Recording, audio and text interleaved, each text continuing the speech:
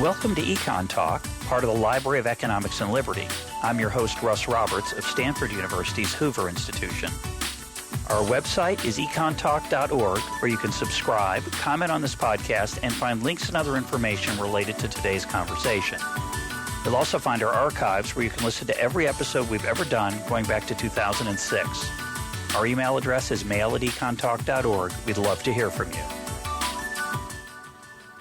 Today is February 5th, 2016, and my guest is Allison Wolf, the Sir Roy Griffiths Professor of Public Sector Management at King's College London.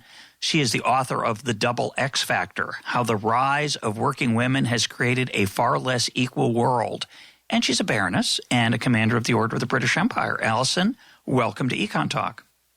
Thank you very much for inviting me to talk to you. I want to give a heads up to parents who might be listening with young children. EconTalk is usually G-rated. This week, depending on how the conversation goes, it might end up being PG or PG-13. So respond accordingly with your own kids. Now, Allison, your book is an eye-opening look at inequality and gender. And I want to start with a quote. You say the following: "Until now, all women's lives, whether rich or poor, have been dominated by the same experiences and pleasures. Today, elite and highly educated women have become a class apart. However, these professionals, businesswomen and holders of advanced degrees, the top 15 or 20% of a developed country's female workforce, have not moved further apart from men. On the contrary, they are now more like the men of the family than ever before in history. It is from other women that they have drawn away." Close quote. Explain. Just think back to, for example, the world of early America. And what you would find is that whether or not you were a girl in a well-off Boston household or a girl on a hard-scrabble Appalachian farm, what decided your life was whether or not you made a good marriage. Essentially, you had to make a good marriage. Everything else was secondary or irrelevant. You had to make a good marriage because actually that's what you were born into the world to be. You were born into the world to be a wife and a mother, which would mean you would have status and security and hopefully children to look after you in old age, and you would be the one who reared them. Or you were going to be a spinster, surplus, on the shelf, with essentially no capacity of making a career. So whereas a boy from a tough background could occasionally, with difficulty, make it on his own, as a woman, you just couldn't. You simply couldn't. So whatever you were, that was what being a woman was. I don't mean that it was all utter misery for everybody, but it didn't make any real difference. What the wealth of your family was, that was what defined you. And that meant that all women had a completely common set of concerns and experiences. And in that sense, they were a sisterhood. I don't mean they all liked each other, because they didn't all like each other, and they were definitely rivals. But they were a genuine sisterhood in the sense that they had all this in common.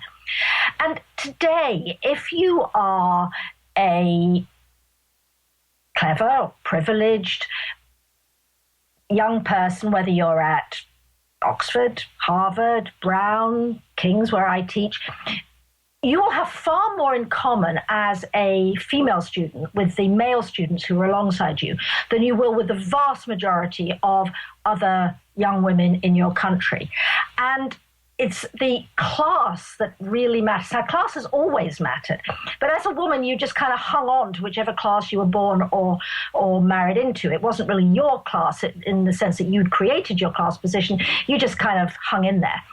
Today, you as a woman can also be upwardly mobile or downwardly mobile, and it's your self-made class. It's you as an educated or less educated, fortunate or less fortunate, careerist, non-careerist woman who makes your fate. And you're very likely to marry somebody like you if you marry at all. But what really decides your life is that you are or aren't a member of that top 15%. I can't help thinking, as you mention that, the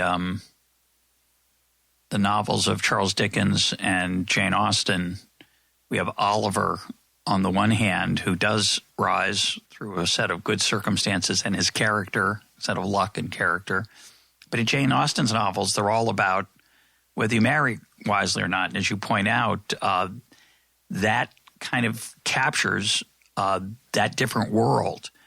And in preparing for this interview, I was very saddened to read, I'm ashamed I didn't know this, but Jane Austen died at 41. I didn't realize she had died so young, and she died unmarried, as was her sister. And that fate of being unmarried was probably very prominent in her mind as a person in that century. I think that's totally right. One of the things that was interesting to me when I was writing this book is how the whole way in which I read Jane Austen changed. I think, like many people, I think her novels are wonderful. And until I started to work in this field, I'd always felt that Jane Austen characters were sort of like me. They were kind of, not that I was as wonderful as some of them. We'd all like to have been Lizzie in Pride and Prejudice, and just in terms of the sort of amazing person she was. But these were people who sort of saw the world in the same way as I did. They were intelligent, essentially quite modern women, and you could imagine knowing people like them. And at one level, that's absolutely true. It's still true. And it's one reason why the novels still work so well for a modern audience. But of course, they were actually completely unlike me. Totally unlike me, for all the reasons that you were saying, that if you look at the boys in Charles Dickens and in the background, some of the young men in the Austen novels, they're actually able to have some control over their fate other than by finding a husband. And that is so untrue in Jane Austen. It's full of young women who make marriages they don't really want to make because there is no alternative, as well as the heroines for whom there's a happy ending, and the other heroines like Jane Austen themselves who just actually decide they will hang in there and be kind of spinsters in the corner of their brother's sitting room rather than be emotionally deeply unhappy.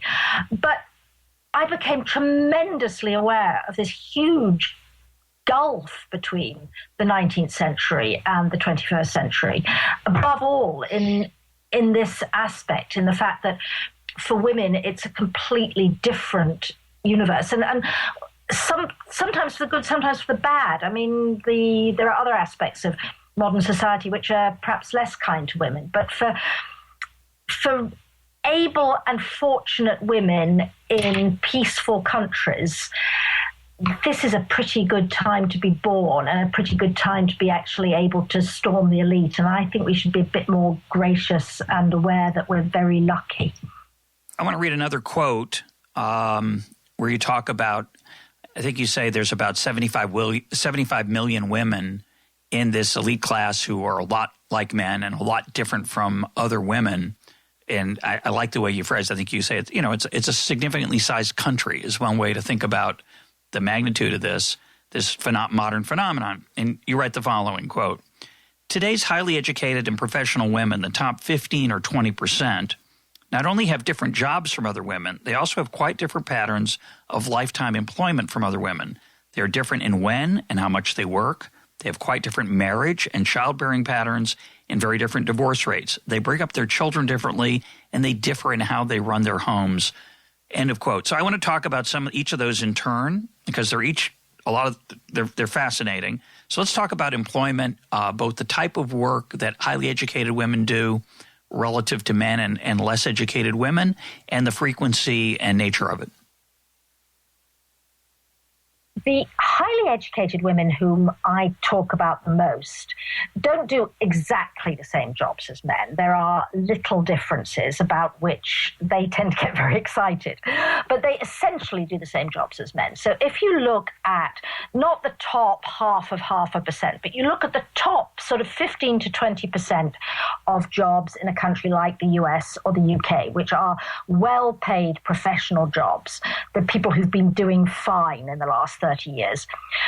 We are now in a situation in which in developed countries, half of those jobs are held by women. And that, of course, is a completely novel situation.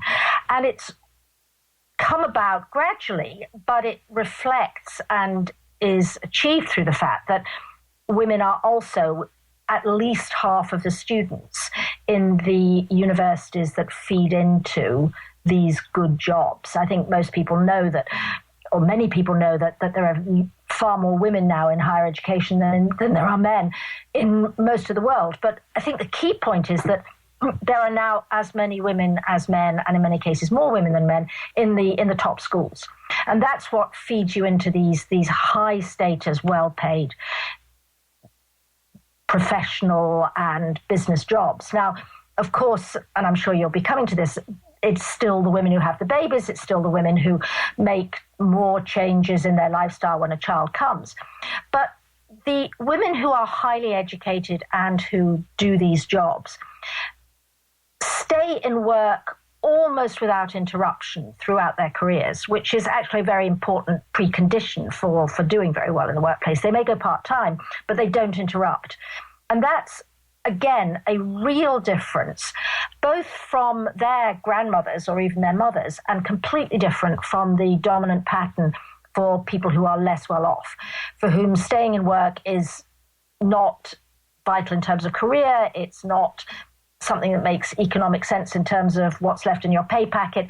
And so you've still got this pattern there where people tend to stop work or go very part-time when they have a small child, and that's not true at the top. And what about marriage and childbearing and child rearing? Okay, marriage is dramatically different. I suspect that people who are listening to this program know fewer and fewer people who get married before their late 20s or indeed their 30s, and almost no one who has babies very young. That's because among the highly educated and the sort of people who are actually interested in the world's economy on a day-to-day way and want to keep up with it, these are the highly educated classes. And these people just don't have babies until they're increasingly in their 30s. They just don't. And what has happened is that there's this big widening gap between the average age at which people have their first child. And it's not just a nice smooth curve in which, you know, the very uneducated have a child at say sort of 18 or 19, and then it goes up a little bit to 21, and then it's this nice smooth curve. It's actually sort of a rupture. So people who are the best paid, the best educated, this group, which, as I said, has done very well economically, unlike many other people, they're the ones who have actually drawn away from everybody else. And if you go back 40 or 50 years, you find that college-educated women had their first child at pretty much the same age as women who had quit education after high school. And now that's not true. It's still true that the teenage mothers, of whom there are fewer and fewer, tend to be really poorly educated. But what's truly remarkable is the way that you've got this very distinctive pattern in which the highly educated, the successful professional women marry successful professional men, and they have their families later and later, and much, much later than anybody else. The other thing that's quite interesting is that they don't have their babies out of marriage. Other people do, the highly educated professional women don't. And the divorce rates are very different as well. The divorce rates are very different as well, which is even more extraordinary given the fact that, you know, fewer of the other groups get married at all. But among those who do, they are much more likely to get divorced than the privileged top layer. So in a minute, we'll turn to why this change is, this incredibly dramatic change, which you highlight, and it's plural changes, why they've happened. But one more aspect of the difference I want to talk about, which very interesting, is how they run their homes. Talk about the differences between highly educated women and less educated women.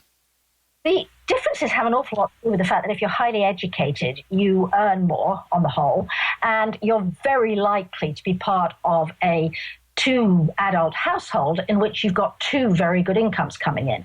So in that situation, there are two things. I mean, first of all, you can afford servants, and secondly, it makes a lot of sense to have them, because if you go back to work, you're going to stay on the career track, both of you. You're going to go on earning more over a lifetime, even if there is some sort of bumps along the way, both of you. And the investment of shelling out for the cost of a nanny and a housekeeper, or a housekeeper in most cases, makes a lot of sense. Because by definition, if you're going to do this, you need to be earning enough that after tax, you still have plenty left between you to pay for the childcare. And as I said, you also stand to lose more if you drop out. So if you are working on the checkout in a store, if you stop doing it for 3 or 4 years and you come back, the job will still be there. You won't have lost some tremendous amount of progress in your career by taking a break. If you take a break and you are working for a large private corporation, or you are working as an academic, or you are working as an MD, or any of these things, a total break is really bad news in terms of your lifetime prospects, not just your earnings right now.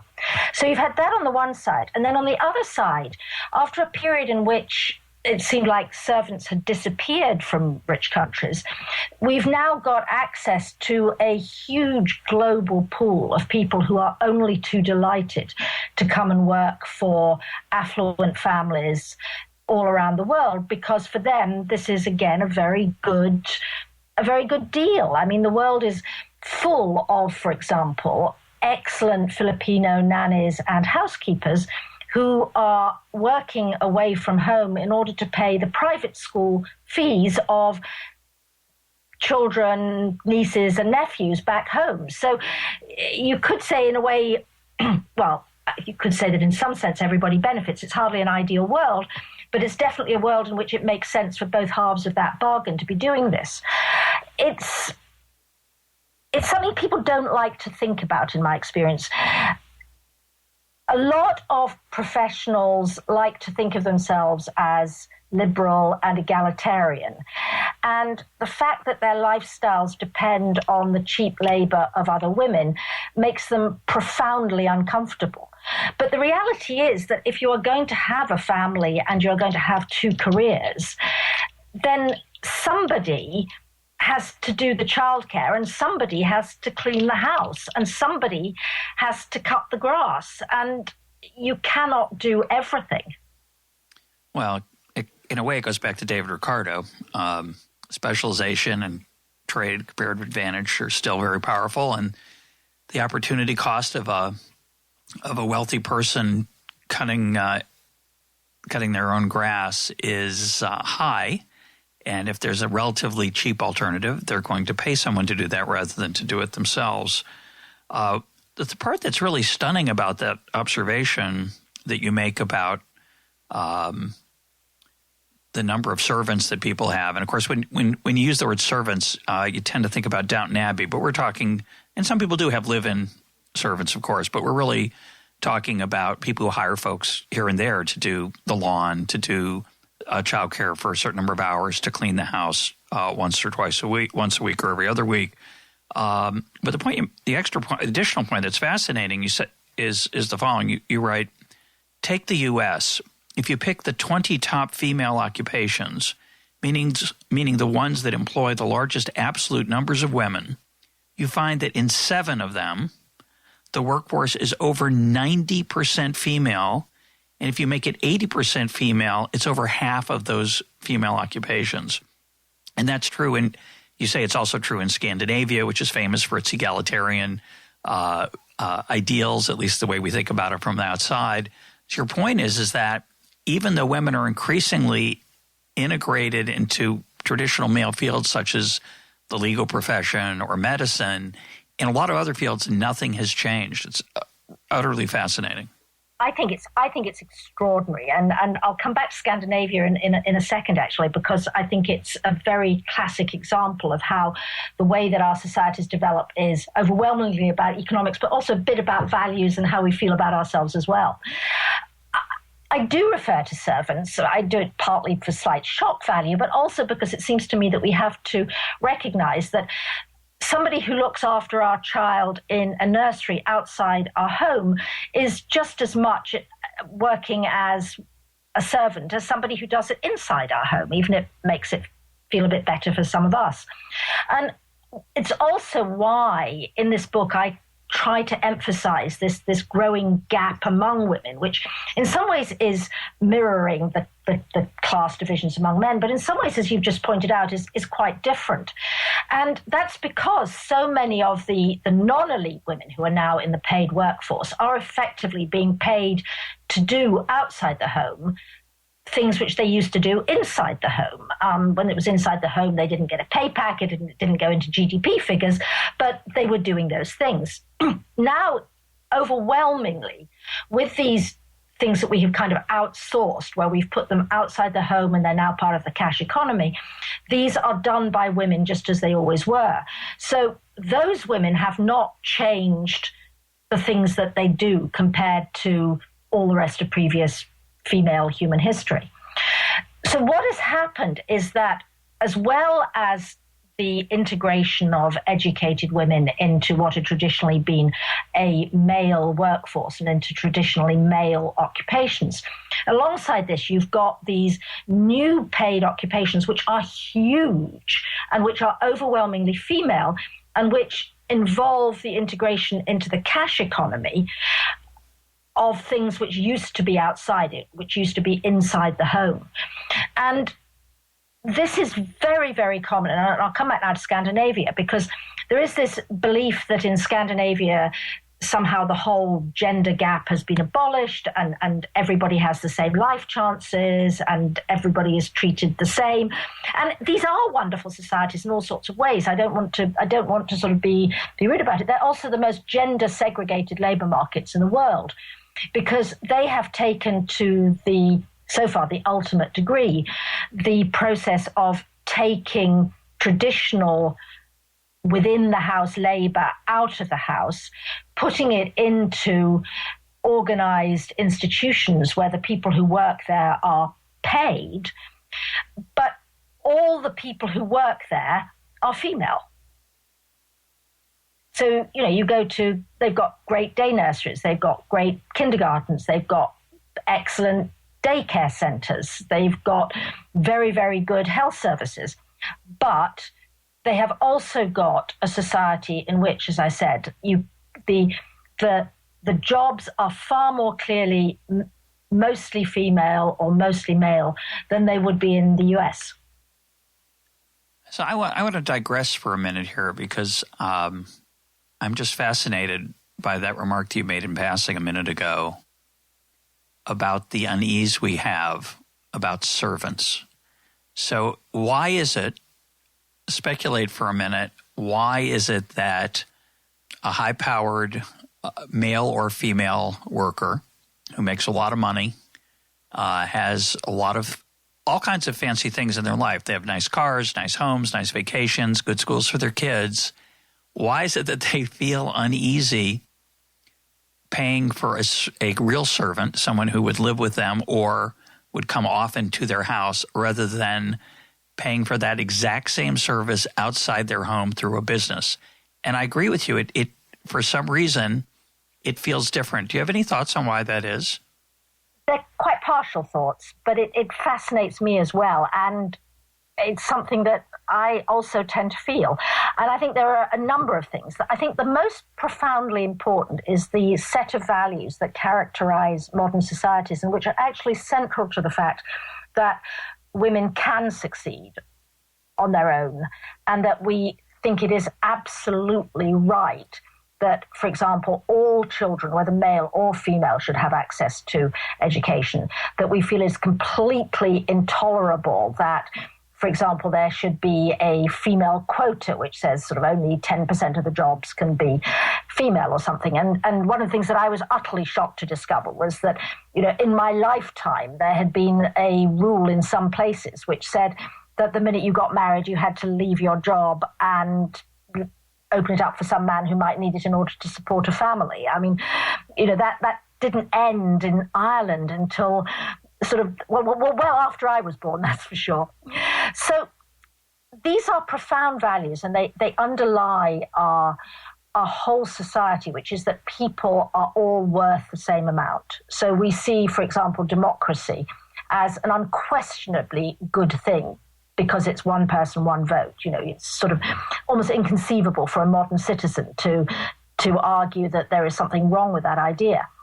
And the point about a master-servant relationship or a mistress-servant relationship is that it is intrinsically about two human beings being unequal, and being unequal within a very sort of undefined face-to-face environment in which, to a degree, there are certain rules that you follow and you can not interact personally in a way that underlines who is an authority and who is servile. But it's kind of hard, whereas if it's outside the home, then it seems to be protected by all sorts of rules that depersonalize it. So you can accept the service, but you don't have to come face to face with the fact that one of you is above the other. So it's not just about unequal pay, it's also about the intrinsically unequal status that goes with giving orders and instructions in a face-to-face way to people. And I think that's the most important part about it, that it just makes us deeply uneasy about ourselves, that we should be the people who are giving orders. And again, if you go back and you look at history and literature, it's perfectly true that people took it for granted in the past that there would be masters and there would be servants, but it doesn't mean they would like it. You know, we are the masters now is a pretty profound statement. Yeah, I guess part of it is also, I think there's an identity issue that ties in with what you're saying. It's certainly in America, and I suspect in the UK and elsewhere as well, which is, you know, there have been surveys done. Most Americans see themselves as middle class, even when they're not, whichever end they're on of the scale. And in particular, I think people who are very well off think the rich are people who make more than they do, as opposed to themselves.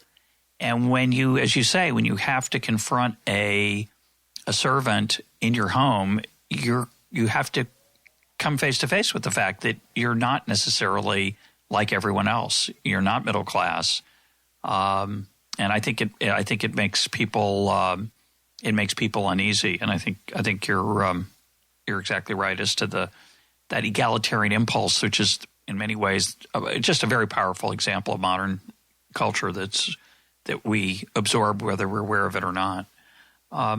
Let's talk a little bit about the why. So you've talked really about a revolution. It's a revolution that affected, say, 15 to 20% of women. It's also, of course, a revolution on the male side. There are similar gaps between highly educated men and less educated or very low education men that are very important. But if we think about the women who have suddenly have this set of opportunities to get educated and then to use those skills, why did that change? Talk a little bit about how that got started and to the extent that we understand it, why. Okay, well, I think there are sort of two issues here. There's the issue of widening inequality, which we've got among men as well, which I think is a slightly different one, and we can come back to sort of the general phenomenon of widening inequality in a moment. But why did it happen? I mean, bluntly, why did men let all these women in? It's a really interesting question. Why did they? Because I've said that values matter. Well, values do matter, but self-interest tends to matter a lot in the world too, and I don't think that has changed. And when you actually think about it, and you think about this huge explosion of female education and the push to educate your daughters, the acceptance you should educate your daughters, I don't think values on their own would have done it. And my take on this is that it was because of the changes in the economy, which meant that as a parent, including as a male parent, it became more and more important for the future prospects of your children that they have an intelligent and educated mother. And once that happens, then you set a dynamic going which you find quite hard to stop. And in fact, one of the things that's quite interesting about the early years of feminist movement, creation of women's education and so on, is that you do have a lot of men who are also interested in and feel it's important that the women of the country should also be educated.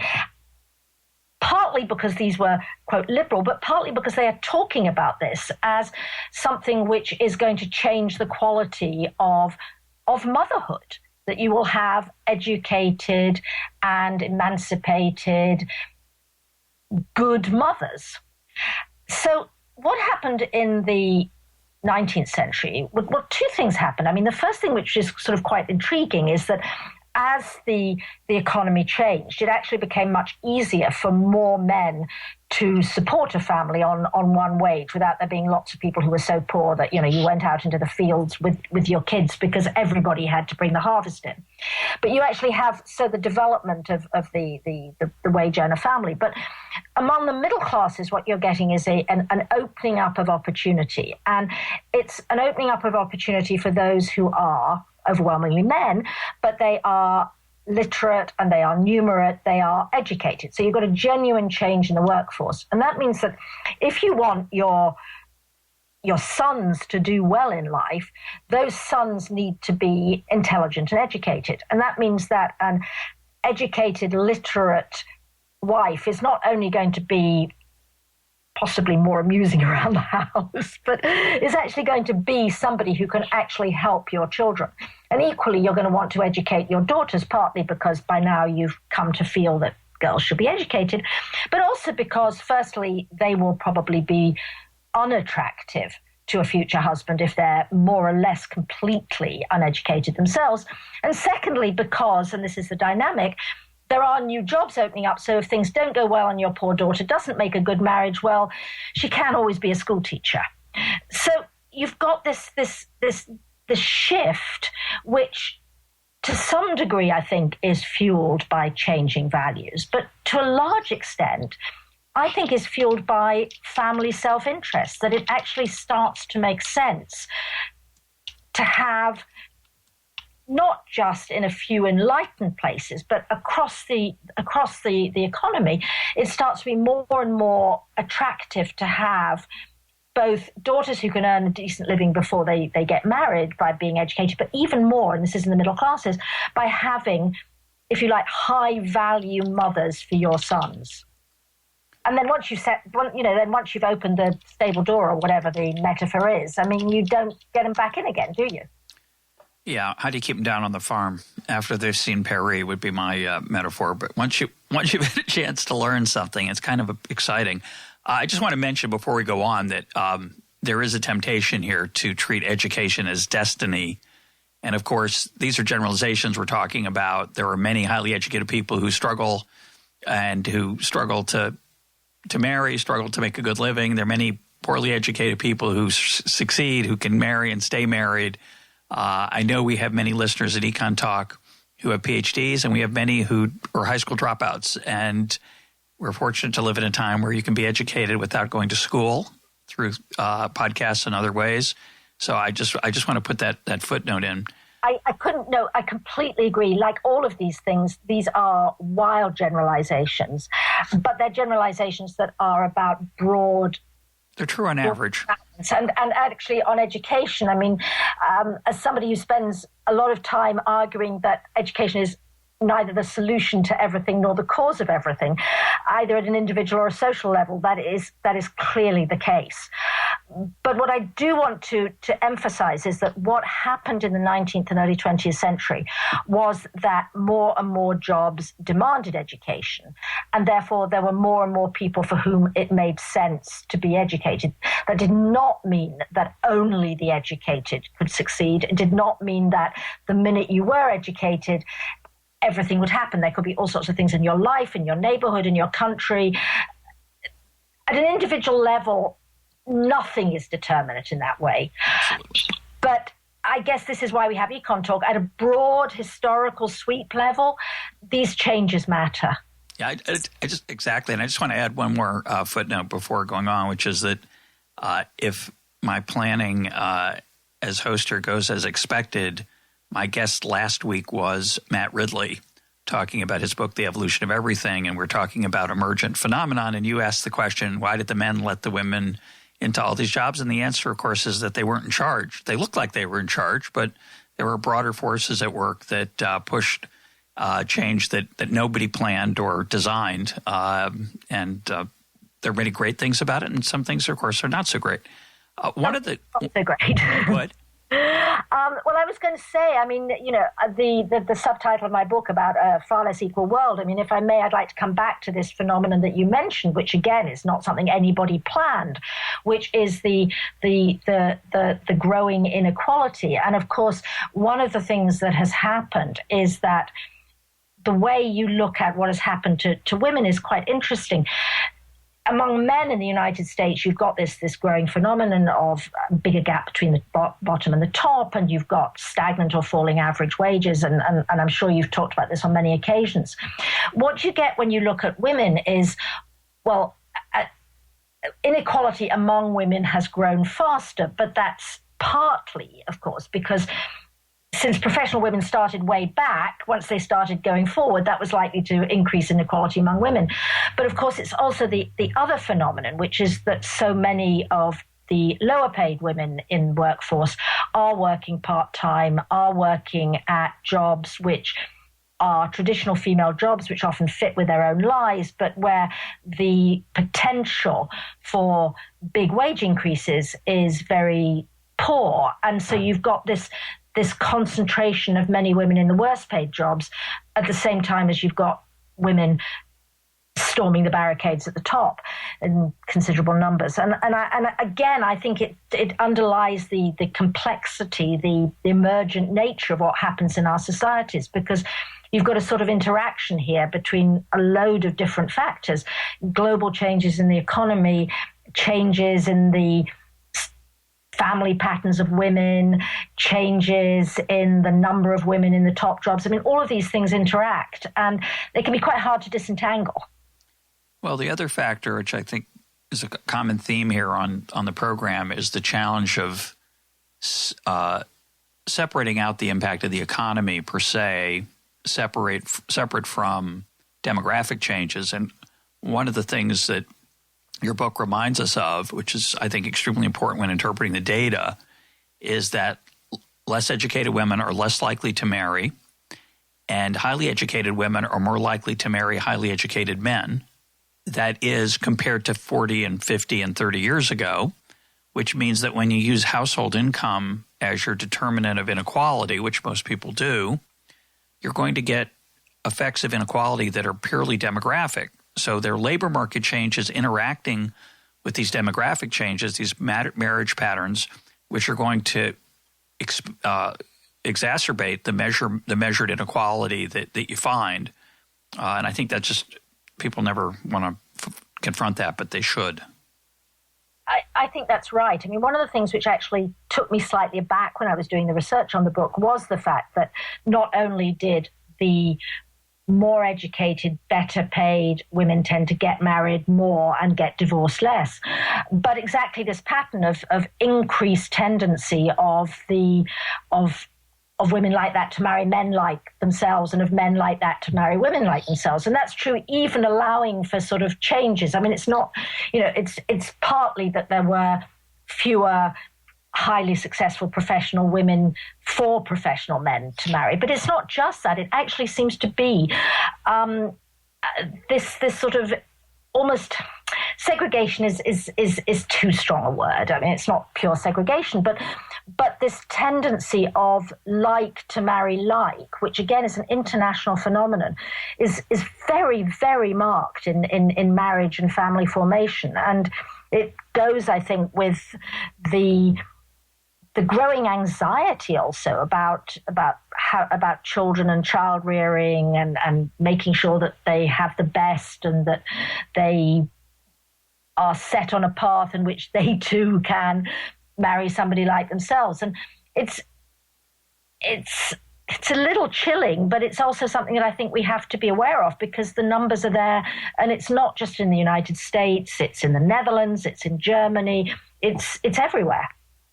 Yeah, I want to step back a minute and talk about something that fascinated me. There's a myth, or at least a story that you suggest is more of a myth, about women's emancipation from housework, which is that labor-saving devices came along, the dishwasher, the washing machine. This took a lot of the toil out of the household life, freed up women to do more work in the paid labor force. But you suggest that pizza, of all things, might be even more important. Talk about those factors. I'd be delighted to talk about pizza. I don't actually like it, but I'd be delighted to talk about it. You might be alone, Allison. I think that was the single most surprising thing, actually. What seems to have happened, and this again comes back to, I think, values and people's feeling that they should put in a day's work, is that when we, as societies, invented washing machines and dishwashers and vacuum cleaners and all of this stuff, women didn't do fewer hours work around the house. They basically just had cleaner houses, and they didn't wear clothes for as many days, and they did more elaborate meals and all the rest of it. And we know this because we've got these fascinating sources of data in which people kept daily diaries. This isn't about saying, which of you did their fair share of the housework last week, because everybody always thinks they did more than their fair share. But it's about actually getting people to keep diaries for sort of quite limited periods of time, so that they're actually doing it. And what you discover is that the thing that actually made a huge difference to the number of hours that people put in at housework and really transformed their lives, and particularly made it much easier for women to go out to work, was exactly that. I mean, it was pizza first, but it was the growth of fast food generally, of deliveries, of ready-made meals in a supermarket that you could bear to eat, all these patterns. And I don't know whether you did this at all when you were reading the book, but one of the things that I found was fabulous when I was writing it was trying to relate it to my own family and my own life. And also, this is something where I tend to ask my students, who are mostly not 22-year-olds, they're mostly people in their late 20s and early 30s. And it's just kind of like, how many meals did you actually eat outside the house last week? And how many of them did you actually get food delivered in? How many of them did you use at least some ready cooked ingredients? And you compare that to the way that meals were made throughout the whole of human history, except for a very few people. And it's just a dramatic change. It's not that nobody cooks. We all watch cookery programs like crazy, and we have these sort of 1 or 2 meals a week often where you put huge amounts of effort in. But the pattern of eating is just completely different. And I have this extraordinary book on my shelves which belonged to my grandmother, which was a sort of guide to keeping a home if you got married in the 1940s or something, and you sort of plan these meals and you use the bits of the cold joint for this. And this was a really full-time occupation, and it really was. And then you think about how we eat today, and it's a complete revolution. It's created vast numbers of new jobs, most of them not very well paid, whole new industry of people preparing ready to eat, ready to take away meals. But it has freed women from the kitchen in the way that a washing machine or a washer or a dryer just never did. Yeah, it's an amazing thing. And of course, it's a simultaneous system. There's feedback working in both directions. As more and more women work, there's more and more options for things that make it easier to work. And, of course, as those things increase, it makes it easier to work, and they work together. The other two factors I think that are important, and, again, these are to some extent both – one of them I would say is somewhat exogenous, and one is more likely to be endogenous, although, of course, it's complicated. And that's the welfare state and birth control. So if we think about this revolution that we're talking about, yes, there were glimmers of it in the 20s, early part of the 20th century, late part of the 19th century. There's the suffrage movement, women get to vote, there's egalitarian stirrings, but the unleashing of women into the labor market really starts dramatically in this, especially married women with children, starts in the last half of the 20th century. And that interacts with marriage and male-female roles in very complicated ways. So some of it's technology, as you pointed out, of the productivity of high education. But there's also, at the same time, sexual liberation through the pill, and also liberation from the workforce, if you want, in some societies because of the state, and a change in how necessary or urgent it is to find a partner who can take care of you. So talk a little bit about how all those forces interact. And, of course, your book does this quite artfully. It's not an easy thing to weave these stories together, and it's obviously very complicated. But They're all going on at the same time. That's absolutely true. There are the three things. I mean, there are sort of occasionally you can actually date it. Like you can date when you can find the year when people started to be able to phone for pizza, and you can actually see the drop off in the number of hours people spend in the kitchen, just sort of starting and going on like that. And you can date the moment when the pill became available, and there's just absolutely no question that, of course, it wasn't the only thing, but the fact that there was this extraordinarily uniquely reliable form of contraception was obviously one of the things that had a dramatic impact on people's behavior. So they're sort of kind of dramatic moments, whereas the welfare state is much more complicated and much more gradual, and of course it's something where it comes in differing forms in differing countries. But you're, of course, absolutely right that it also made a huge difference, because throughout human history until quite recently, life was genuinely insecure if you didn't have a family. It was just so easy to fall off the edge. And again, particularly if you were a woman, there was nothing you could do. If you didn't have a family, there was basically no acceptable way of supporting yourself and children if you were left widowed and jobless. So the welfare state has made a huge difference, because it means, to put it bluntly, that if all else fails, you can rely on the state as your family. They will provide a safety net. You can be, as a woman, in some sense, married to the state. Yeah. If you don't want a particularly high class husband, You can marry Uncle Sam. Exactly. The state will provide you as a mother with enough money to live on. I mean, there are much better husbands out there, but if you can't get a decent husband, the state will keep you and your kids alive at a level of welfare which would have been quite luxurious to most of our ancestors.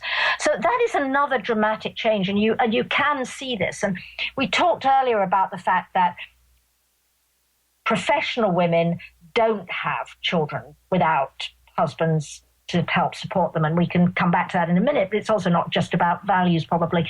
At the other end, of course, again, all over the world, you've got this increasing number of families where there never was a father, or the father has gone, and you have a mother with one or more children living partly or wholly off the state. Now, we also know that this is not a great family pattern. It's not one that any girl of 18 wants. I mean, this is not what people grow up saying, hey, when I grow up, I'm going to have kids and there isn't going to be a father. That's not what they want at all. But the reality is that it is a possibility. And if nothing better is on offer, it's very nice to at least have some children who will love you, and you will love them, and you will work for them, and they will be a family to you. And even though you don't need them in order to stay alive the way you did in the past as you got older, nonetheless, this is a very profound human urge. And so this is one of the other things that has made life among women so much more varied in the life stories that they follow than it ever was 50, 100, 300 years ago. At the top, it's very different. At the bottom, it's very different too. Yeah, talk about that actually, and talk about the similarities between male and men and women in this area. So at the higher educated levels, families tend to be very small, except in the super high income levels. But in the upper 20% roughly, families are very small in number, and some folks, they delay childbirth, or they don't have children at all. That's true. Now, I think it's also worth pointing out that in developed societies, by historic or even quite recent standards, the families at the bottom are not very big either. They're just bigger than the families at the top. But that's absolutely true. The more educated the families, the less likely they are to have any children or more than one child. And if you look at graduates of male and female graduates of the Ivy League, they aren't beginning to reproduce themselves. Many of them will not have, and this is just as much the men as the women. And I really want to emphasize this. Highly educated men are also having no children or tiny families. It's not just the women, it's the men and the women. And I think there's a variety of reasons for this, but mostly it has to do with the fact that people are caught up in their careers. It takes time to get yourself established. There are pressures, there are opportunities, time goes by, and then there's either you just don't get married because you are extremely caught up in your career, and once you get to the point where you aren't going to have a family, marriage becomes that bit less important anyway. But a lot of it is just that you wait till it's late, you both have pressures, you both have careers, it's expensive to have a child, to have a very highly educated, highly treasured child is an expensive proposition. In time and money. In time and money, and we put huge amounts of both in. And so what happens is that the average family size comes down, and even though you've got considerable number of people who have, say, 2 children, then you've also got a considerable number who have none, and you've got a considerable number who have 1 and that's it, and another one never comes along, or you can't cope. And you end up with this very, very low birth rate among the highly educated and very,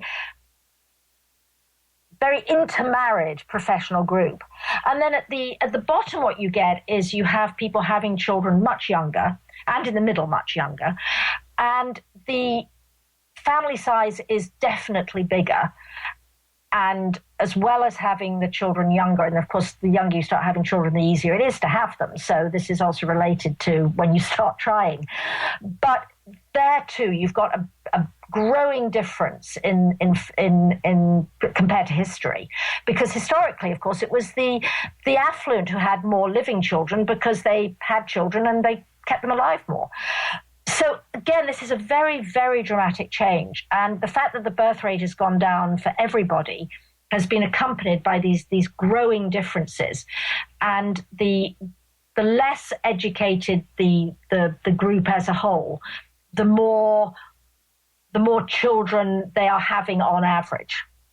Yeah, I'm thinking about the work of Gary Becker, who was excoriated and vilified early in his career for suggesting that we should treat children as assets, as capital goods that produced a flow of benefits to us.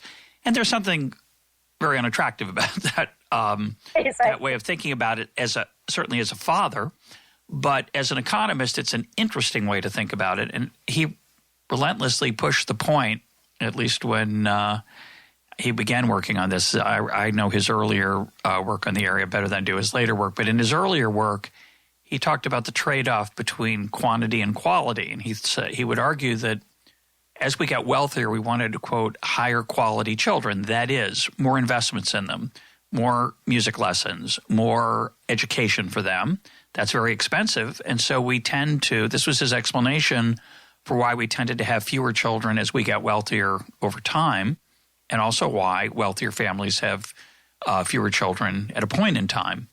And what you're pointing out is that is in many ways has just become – that effect has just become stronger as the educational demands and the – if you want your kid to get into a high prestige university – you have to jump through a lot of fancy hoops, and as a result, it's expensive. And it's not just we've been talking about how you can pay for certain services if you're high income and your time is scarce, but there are a lot of things about raising a child you can't farm out, you can't pay for, you can't purchase, and so inevitably there is a great deal of things that the parents want to do for their children, and as a result, it's hard to have lots of kids. I'm the happy father of 4, I want to say, and I'm very glad I made that trade-off. I encourage people to have lots of kids. I think it's generally a good thing, both for the world and for your own well-being and psyche. But on average, I'm way outside the norm.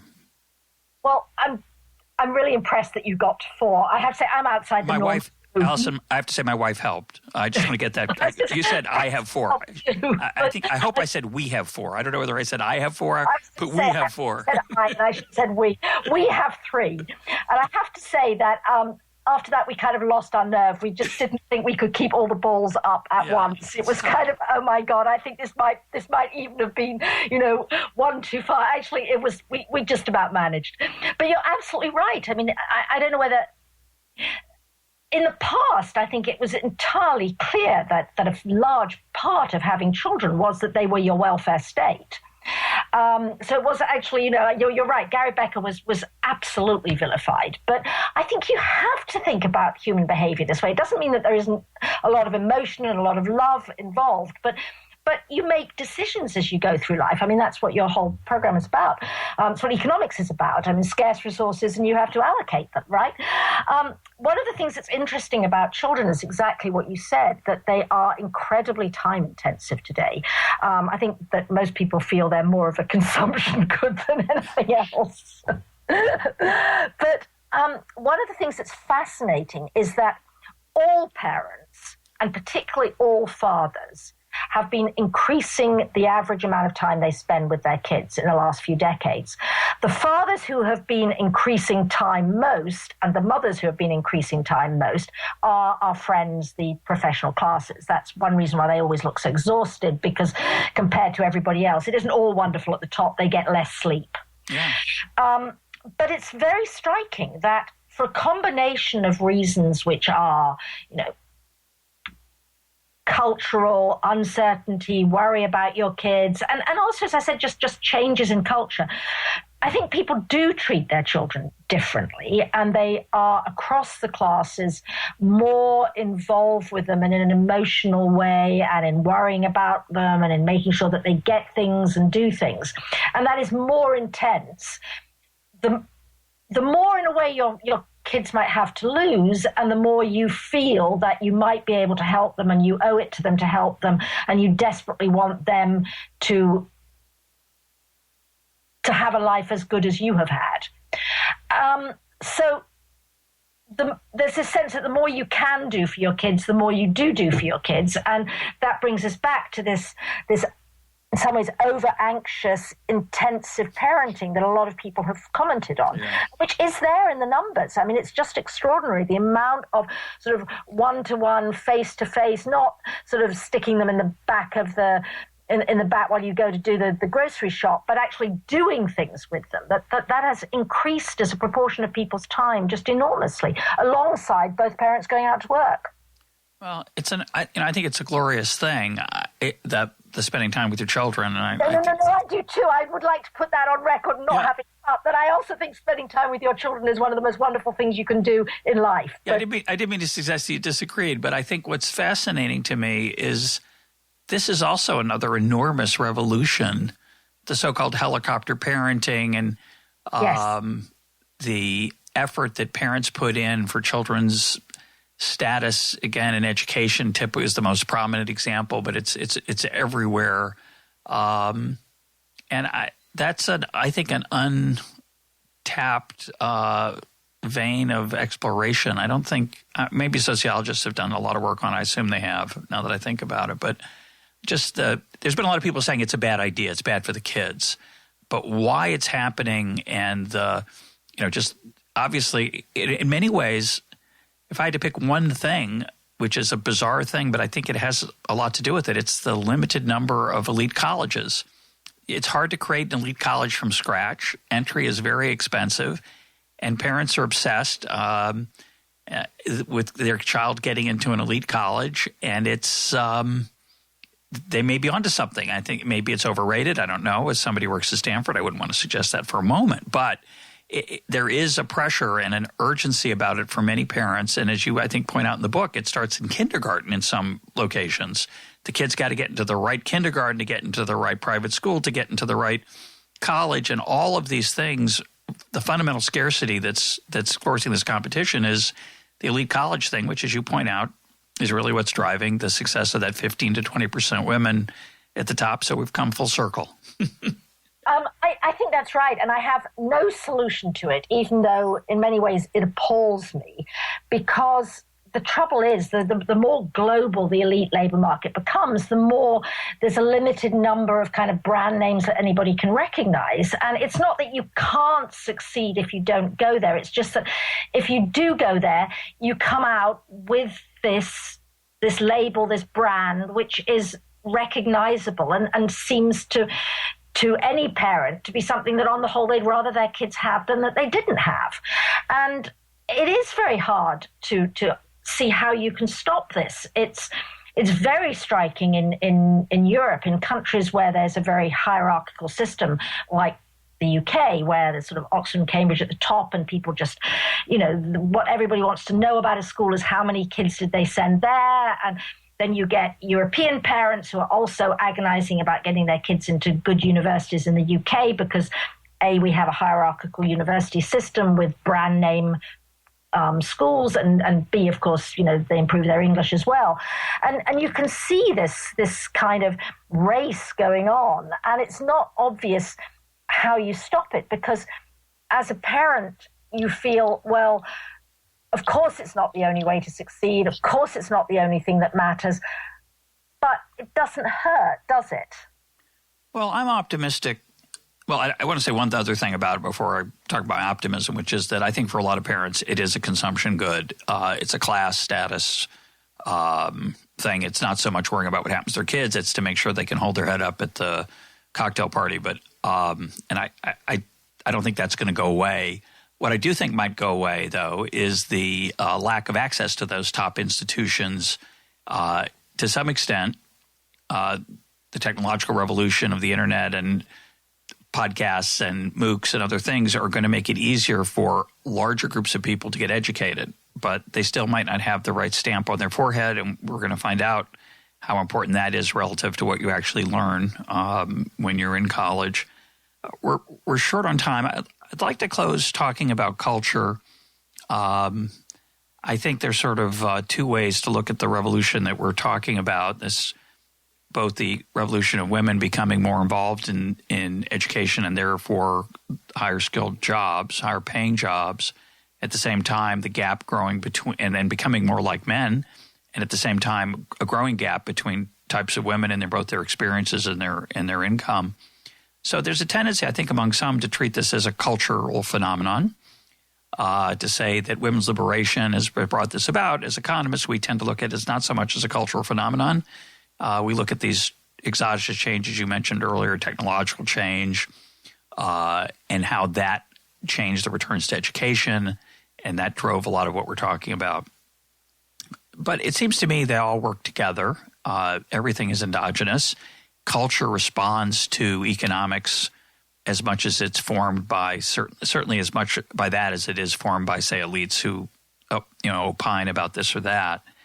And it just strikes me that we're in a time of incredible ferment in how men and women see their roles as parents, as spouses, as employees, and that culture is going to evolve as to what's acceptable and what's not acceptable. You close by talking about, you're saying that even though women are much more like men, you suggest they won't become 50% of the top jobs, that there are differences that are going to persist even in the face of these cultural changes, even in the face of these economic changes. So talk about where you see things going and whether you think I'm right about this ferment. I think you're totally right about the ferment. And I think that when I look at younger generations, people who are younger than me, much younger than me, there are differences in which in how they see the world that from how my generation did. But I do think that whether or not you are male or female remains extremely important. I think in some ways, curiously enough, what I can see happening is a dramatic change in the egalitarian nature of middle-income families. I think in some ways they are more likely to have shared opportunities and fewer kind of, well, do I stay at home or do you stay at home kind of choices than at the top. I'll tell you why I think it won't be 50-50. If you are a highly educated, successful professional woman, In some ways, it's tougher for you because you don't, on the whole, want to marry somebody less successful who'll just stay at home and be a not very successful person you maintain. So you've therefore got two highly motivated people who want to make careers, but it's still much more respectable to sort of go sideways if you're the woman. And it's not just that the men force it on their wives to be the one who, on the whole, takes on the larger role in childcare. I'm sure some of it is, but a lot of it is not. And this is, again, it's just kind of an arithmetic fact. If you have 100 women and 100 men, and they're all starting off the same, and they're all successful and they marry each other, and there are a number of the women who, when that baby comes along, thinks, you know, actually, I'm not that ambitious and I don't really want to go to the top of Goldman Sachs or whatever. And this is a good reason to kind of go slightly sideways. More of them will feel it's entirely socially acceptable to do that than the men will, who will to say, you know what, you go on climbing the corporate ladder and I'll go sideways a little. So I just kind of think it'll end up sort of 60-40 generation after generation, because as a woman, you're the one who ends up with the baby. Everywhere but in the US, you're offered generous maternity leave. Some of you discover you actually don't really mind if you don't go up as fast as you thought you minded. And so I just think that the choices will pan out in such a way that it's not 50-50, but it will be just close. You know, let's say 60-40, 65-35, it will no longer be exciting that a woman is a conductor of a great orchestra. It will no longer be exciting that yet another country has elected a female president or a prime minister. It will just be normal. Now, I'm sure there are other things that are fermenting away. And the future of the human family and the future of demography at a time when we are watching population set to fall in a good number of the world's richest countries, I haven't a clue what's going to happen. I know I can't predict it because nobody ever does. But I'd sort of put quite a lot of money if I could collect in 50 years on that 60-40 proposition. And you're betting very much against the 60-40 going the other direction, which is in a lot of, I think in a lot of law schools, a lot of universities, women, as you say, I think you mentioned this earlier, it's not just that there are almost as many women as men. There are a lot more women than men. This is true, although across, you know, if you average it out across, you know, you're adding engineering and computer science, you're right. I mean, so your argument would be, suppose you end up where the graduates of the top colleges are 70% women and only 30% men, and then the women won't be able to find high-earning husbands, so the husbands will have to be the lower earner who stays home. Maybe I'm not totally. No, I don't think so. I think women, interestingly, this is the point at which somebody will start throwing things at whatever they're listening to. I think women do, again, subconsciously find themselves attracted to professions, because professions, you know, as opposed to managerial business type roles, professions are relatively easy to continue climbing up without working 150% every year of your life. As long as you don't actually want to be a partner in a Wall Street firm, law is a pretty good thing to do if you're a female, and you actually also want to be the half of the partnership that maybe puts in a bit less in the way of hours at the office. So I think that, you know, my hunch is that has quite a lot to do with it. So yeah, I'm going for the 60-40, 60% male, 40% female in the top 1%, but 50-50 in the top 15. One last comment. I've been struck. I've thought about writing about this. My kids tell me I shouldn't, so I'll make a lot of enemies, but and lose friends. But and people throw things at whatever they're listening to. But I've been struck how cultural norms for men and women have started to merge rather dramatically. What used to be considered feminine behavior, what used to be considered masculine behavior. My favorite example is male athletes cry all the time now in public. When I was a child, that just was unheard of. The culture of male athleticism was a very old-fashioned bastion of keep your feelings in, tough it out. But we have a world now where the most valuable player of the National Basketball Association Kevin Durant gets an award, and he's I think it was the MVP, and he's sobbing on national television in front of his teammates who he's invited to the event, and that's so unimaginable. 10 years ago even, and he was saluted for it. No one said there's something wrong with him. He was lauded greatly for his emotional openness. And I think, I don't know whether it's a good thing or a bad thing. It's probably a good thing. I have no idea. I'm not commenting on that. What I'm commenting on is I see it. And I see that as a response to the labor force phenomenon rather than an exogenous cultural change. Do you think those kind of changes are happening now? Does that ring a bell for you? I think it does, though I would also say that the other thing that has changed is that as nations, we have been on our home territory at peace for a long time. That's a great observation. If that changed, I think maybe what is acceptable and admirable and desirable behavior might start to separate again between the two genders. I mean, I know that we have lots of women, including in combat roles, but what is also true is that we are less and less societies in which old-style military virtues seem to be incredibly relevant. Yeah. And if the world starts to blow up, who knows?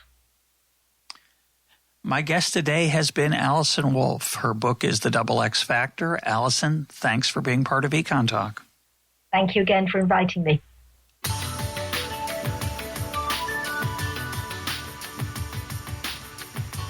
This is EconTalk, part of the Library of Economics and Liberty. For more EconTalk, go to econtalk.org, where you can also comment on today's podcast and find links and readings related to today's conversation. The sound engineer for EconTalk is Rich Goyette. I'm your host, Russ Roberts. Thanks for listening. Talk to you on Monday.